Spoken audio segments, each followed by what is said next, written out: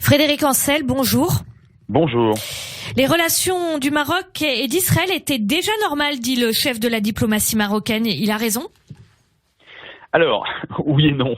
C'est-à-dire qu'à posteriori, on a toujours tendance à normaliser ce qui, en réalité, ne l'était pas nécessairement. Mais oui, dans une certaine mesure. Pourquoi ? Parce que le Maroc, au fond, a été l'un des États arabes, sinon l'État arabe, à entretenir le plus tôt des relations, on va dire, chaleureuses, alors officieuses bien évidemment, mais relativement chaleureuses et très concrètes. Dans les années 60, donc juste après l'indépendance du Maroc, les renseignements israéliens fournissent des informations intéressantes, notamment sur un voisin extrêmement turbulent dont l'indépendance évidemment aura lieu en 62, à savoir l'Algérie. Et c'est pas tout.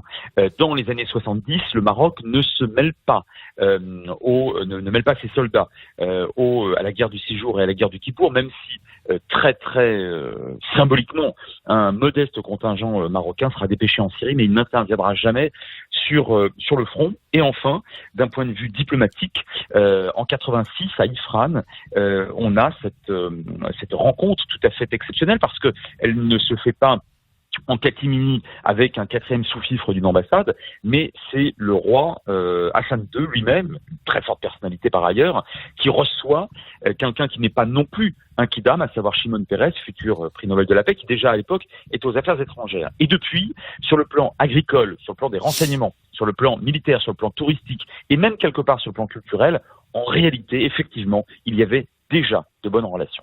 Alors du coup, Frédéric Ancel, des relations officialisées entre le Maroc et Israël, à part des vols directs entre Tel Aviv et des villes marocaines, ça change quoi ? Alors c'est une très bonne question au regard de ce qu'on vient de dire. Au fond, ça change, si vous voulez, presque rien sur le fond, sauf que quand même, vous aurez la possibilité de manière extrêmement ouverte pour des entreprises marocaines de passer des accords avec des entreprises israéliennes.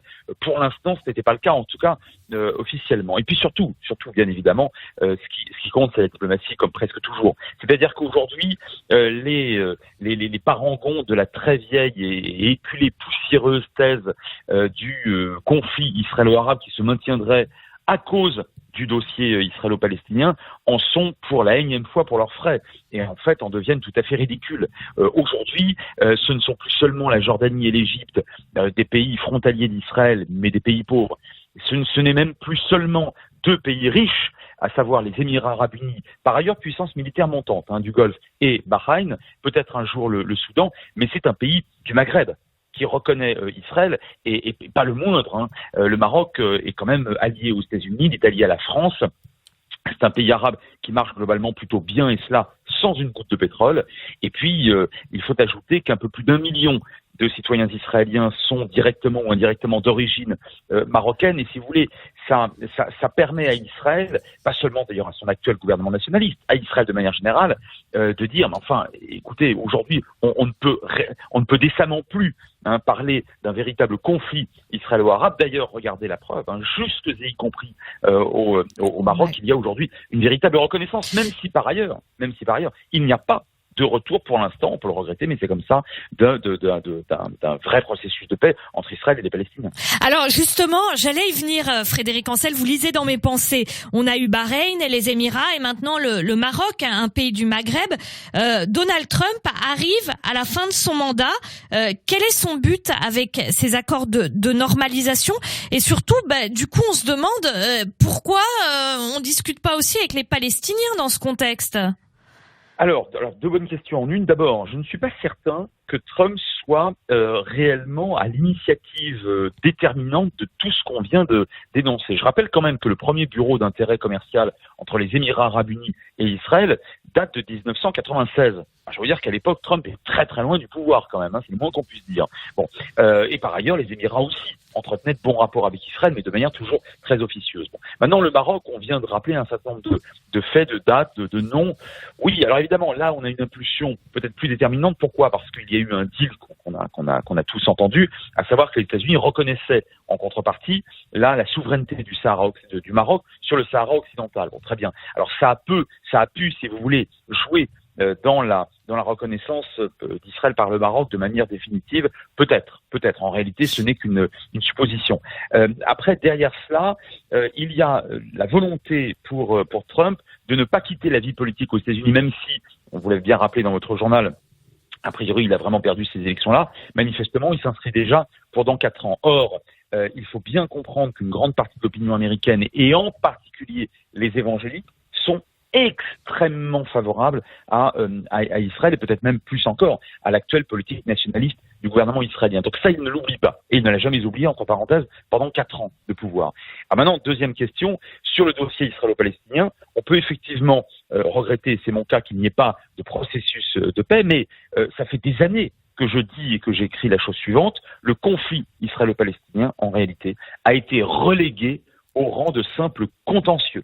C'est vrai pour les chancelleries du monde entier, dont aucune n'a plus sérieusement, en tout cas, proposé un vrai processus de négociation entre Israéliens et Palestiniens depuis au moins 10 ans, maintenant 12 ans. Hein. Ça remonte en fait au début d'Obama.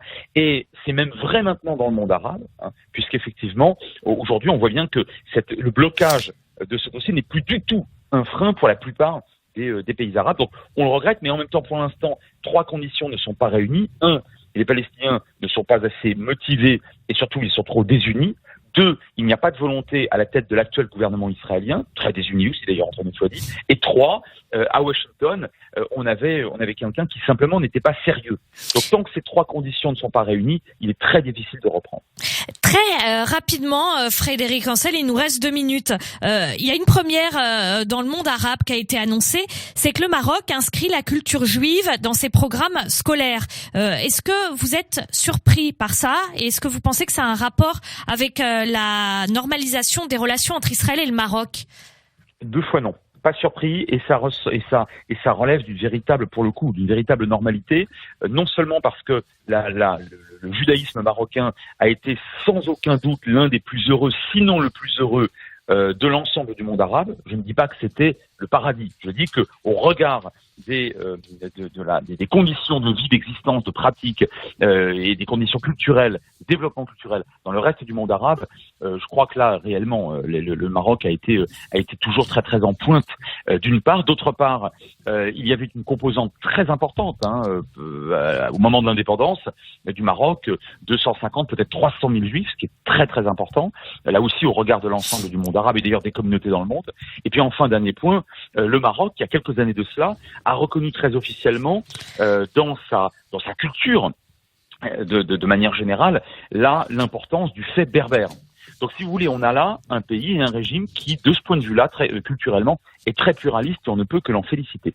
Merci beaucoup Frédéric Ancel d'avoir été en ligne avec nous ce matin sur Judaïque FM. Bonne journée, au revoir.